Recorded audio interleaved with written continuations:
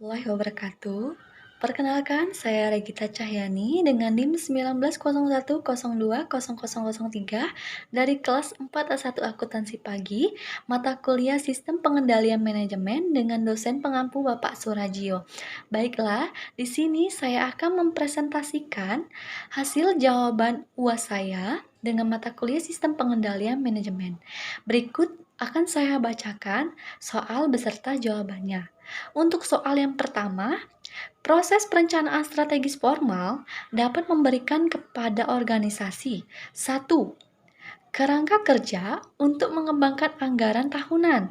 Yang kedua, alat pengembangan manajemen. 3. Mekanisme untuk memaksa manajemen agar memikirkan jangka panjang. Dan yang keempat, alat untuk menyejajarkan manajer dengan strategi jangka panjang perusahaan. Uraikan. Jawaban saya, untuk yang pertama, kerangka kerja untuk mengembangkan anggaran tahunan merupakan sebuah manajemen membuat sebuah rencana strategis untuk memperjelas bagaimana arah suatu perusahaan tersebut akan berjalan ke depannya.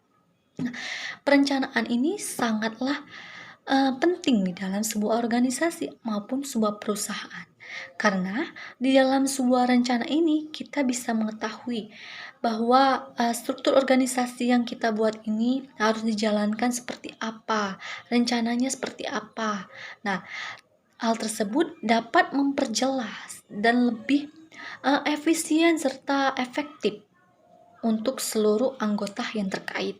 Kemudian untuk yang kedua, alat pengembangan manajemen adalah sebuah strategi formal, semacam alat pelatihan dan pendidikan bagi manajemen yang terkait.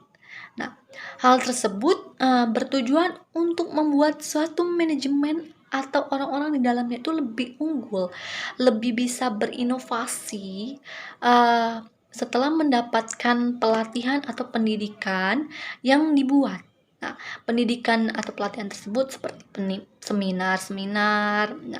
Nah, di sana kan para anggota tersebut dapat belajar, bagaimana cara untuk memprogres ke depannya perusahaan ini bagaimana, sehingga ada untungnya untuk sebuah perusahaan. Nah, kemudian untuk yang ketiga, mekanisme untuk memaksa manajer agar memikirkan jangka panjang. Nah, adalah sebuah proses perencanaan strategis formal, memaksa manajer untuk menyediakan waktunya guna untuk memikirkan masalah-masalah yang lebih penting. Nah, untuk memikirkan masalah yang lebih konkret atau masalah yang lebih atas, lebih detail itu lebih sulit. Nah, seorang manajer harus menyediakan atau meluangkan waktunya untuk memikirkan masalah-masalah tersebut karena hal penting itu harus dituntaskan. Nah, secara tepat agar sebuah mekanisme dalam sebuah perusahaan itu dapat berjalan dengan baik ke depannya. Kemudian untuk yang keempat, alat untuk menyejajarkan manajer dengan strategi jangka panjang perusahaan. Nah, maksudnya adalah seperti forum debat, diskusi, negosiasi, dan yang terjadi selama proses perencanaan strategi korporat. Di sana kan akan menyatukan, kita akan bisa mendengar sebuah argumen atau pendapat dari masing-masing anggota. Nah, di sana kita bisa menyejajarkan atau menyatukan para manajer dan anggotanya, serta bisa mengungkapkan, serta bisa ikut mengimplementasikannya atau menerapkannya ke kehidupan perusahaan kita, agar kita bisa mengetahui hal-hal apa saja yang terpendam sehingga bisa diprogres atau diimplementasi ke dalam sebuah perusahaan. Kemudian, lanjut untuk soal yang kedua, jelaskan kesulitan dalam mengimplementasi atau menerapkan sistem pengukuran kinerja. Jawaban saya, yang pertama, korelasi yang buruk antara ukuran non-keuangan dengan hasilnya. Nah, tidak ada jaminan bahwa profitabilitas masa depan akan mengikuti pencapaian target karena sudah ada asumsi bahwa profitabilitas masa depan ini mengikuti pencapaian ukuran individual dan Ini merupakan persoalan serius karena ukuran tersebut lebih mudah diucapkan daripada dikerjakan. Nah, seorang individu ini dituntut untuk tidak hanya mengucapkan saja, namun bertindak, actionnya bagaimana, sehingga profitabilitas masa depan ini akan mencapai target yang ditentukan. Nah, itu adalah kesulitannya. Untuk membuat kesadaran tiap-tiap anggota itu sangat sulit. Nah, sehingga dibutuhkannya uh, hubungan yang baik antara atasan dengan yang bawahan. Kemudian, terpaku pada hasil keuangan. Nah, hal tersebut menjadi tekanan bagi mereka. Dengan adanya ukuran tersebut, tekanan ini dapat membebani pengembalian jangka panjang yang tidak pasti dan ukuran non keuangan. Nah, ukuran terpaku pada hasil keuangan ini tidak hanya membuat tekanan bagi seorang yang baru saja, namun seseorang yang sudah berpengalaman ikut merasakan tekanan tersebut. Karena program intensif ini dirancang buruk dan menentukan tekanan tambahan seperti misalnya memberikan kompensasi berdasarkan kinerja keuangan. Nah, maka di dalam suatu perusahaan itu berarti mereka dituntut untuk bisa menggapai suatu target tersebut. Memang bagus, tapi sulit untuk semua orang itu beradaptasi dengan terpaku dengan aturan yang ada. Nah, sehingga manajer lebih peduli terhadap ukuran keuangan saja. Padahal ukuran-ukuran lain bisa loh dilihat. Misalnya kinerja seorang anggota itu bagaimana, sehingga kita kan bisa melakukan evaluasi dan bisa bagaimana untuk mengembangkan lebih baik ke depannya. Kemudian untuk yang ketiga, kesulitannya ya ini ukuran-ukuran tidak dipengaruhi. Nah, tidak memiliki mekanisme formal untuk memperbaharui ukuran tersebut agar selaras dengan perubahan dalam strategis yang mengakibatkan perusahaan terus menggunakan ukuran strategi yang lalu sehingga menimbulkan kemalasan. Nah, di sini tidak ada inovatif akan strategi yang baru. Boleh saja kita melakukan strategi yang lama, tapi kita bisa melakukan strategi yang lebih inovatif lagi agar para anggota ini lebih berpikir, otaknya lebih berkembang dan kemampuannya lebih terimplementasi, diterapkan, sehingga tidak ada namanya timbulnya rasa malas karena seperti kita saja. Misalnya, kita tahu kegiatan itu jam segini. Nah, jadi kita fokus dengan kegiatan itu saja tanpa namanya untuk memikirkan kegiatan apa saja lagi ya yang bisa kita gunakan atau kita kerjakan. Kemudian terlalu banyak pengukuran. Nah, jika terlalu banyak pengukuran, maka manajer berisiko kehilangan fokus karena mencoba untuk melakukan banyak hal pada waktu yang sama. Memang bagus untuk pengukuran, namun itu adalah kesulitan karena ada beberapa orang yang tidak bisa melakukan satu kegiatan atau beberapa kegiatan di waktu yang sama. Kemudian, kesulitan dalam menetapkan trade-off. Trade-off di sini adalah tolak ukur. Nah, beberapa perusahaan menggabungkan ukuran keuangan dengan non-keuangan. Sedangkan ukuran keuangan ini adalah ukuran mengenai nilai uang. Berarti persoalan keuntungan dalam bentuk uang.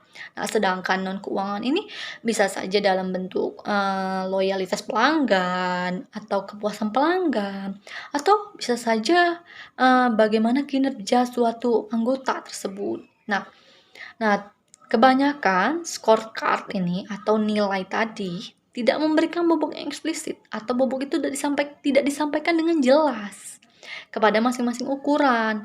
Misalnya, ukuran keuntungan ini berapa persentasenya itu tidak jelas. Nah, tanpa pembobotan seperti itu untuk menentukan pertukaran antara ukuran keuangan dan non-keuangan.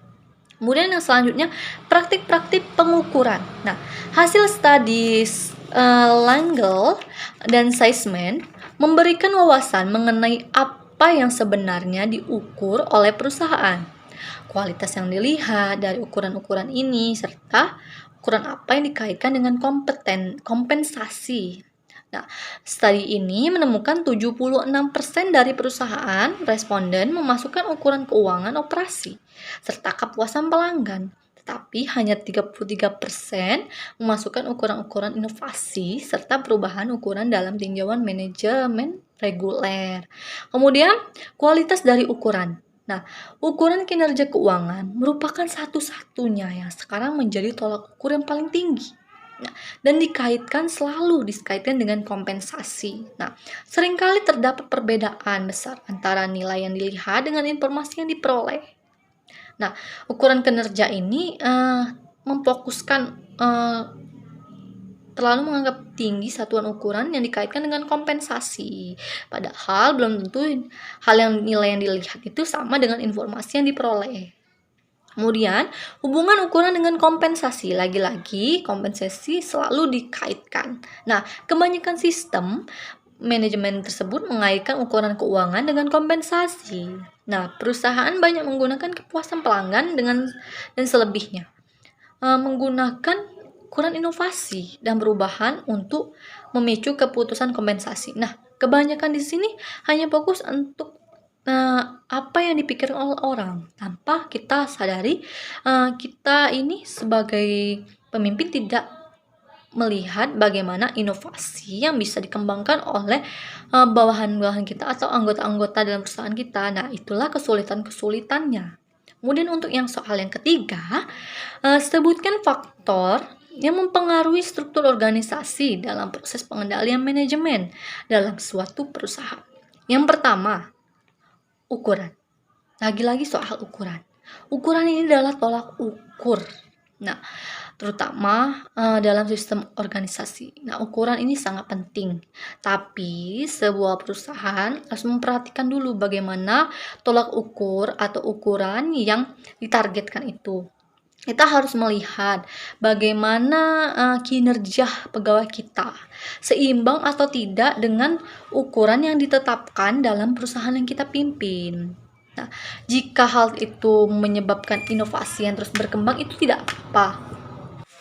Namun, apabila hal tersebut memberatkan suatu anggota atau seorang anggota itu perlu kita evaluasi lagi. Apa sih hambatan-hambatannya, terus bagaimana sih solusinya.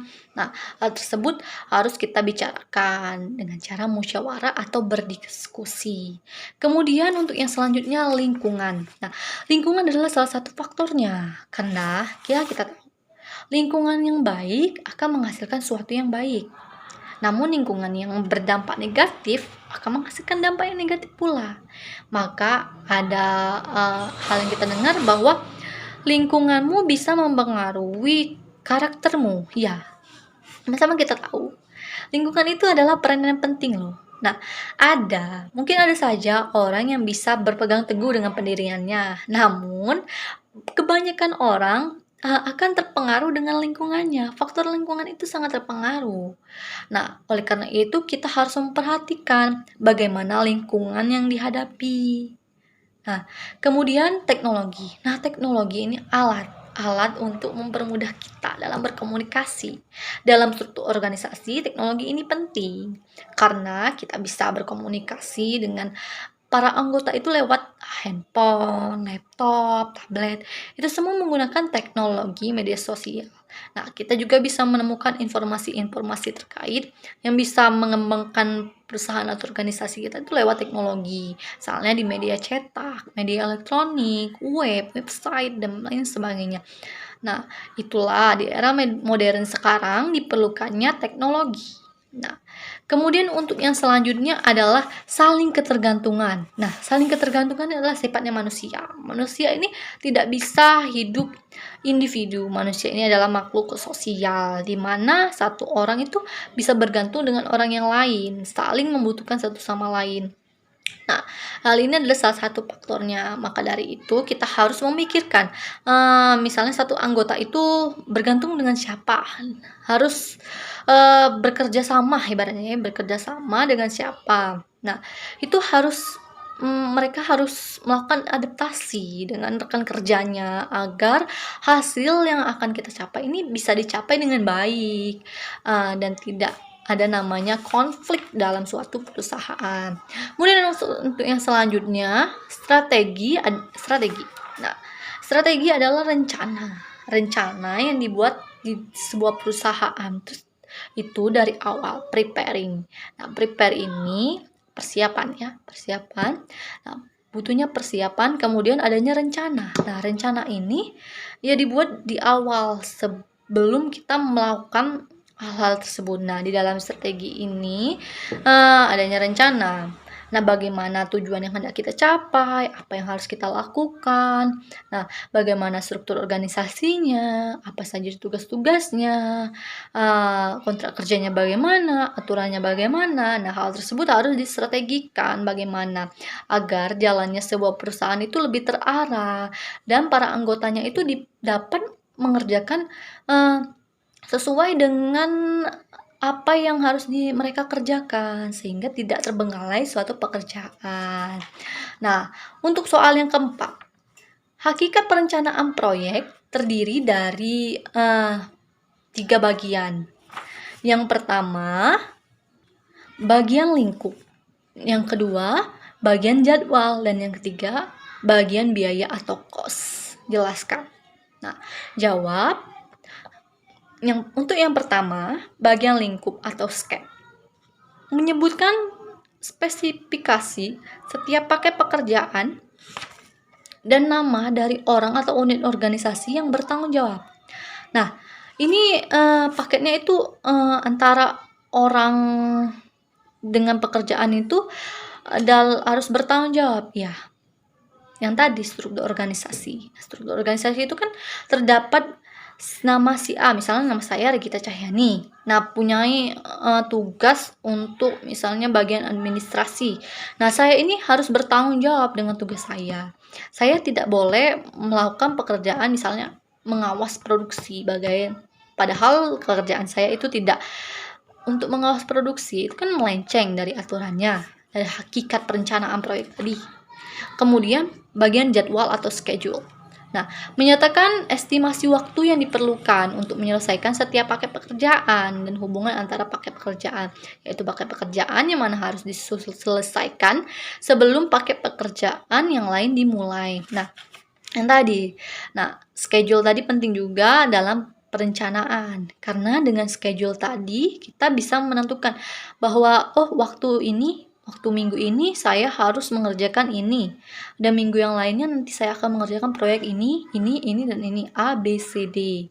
Kemudian untuk yang terakhir bagian biaya atau cost yang dinyatakan di dalam anggaran proyek, biasanya disebut anggaran pengendalian. Nah, anggaran pengendalian ini biasanya tugasnya para bagian keuangan.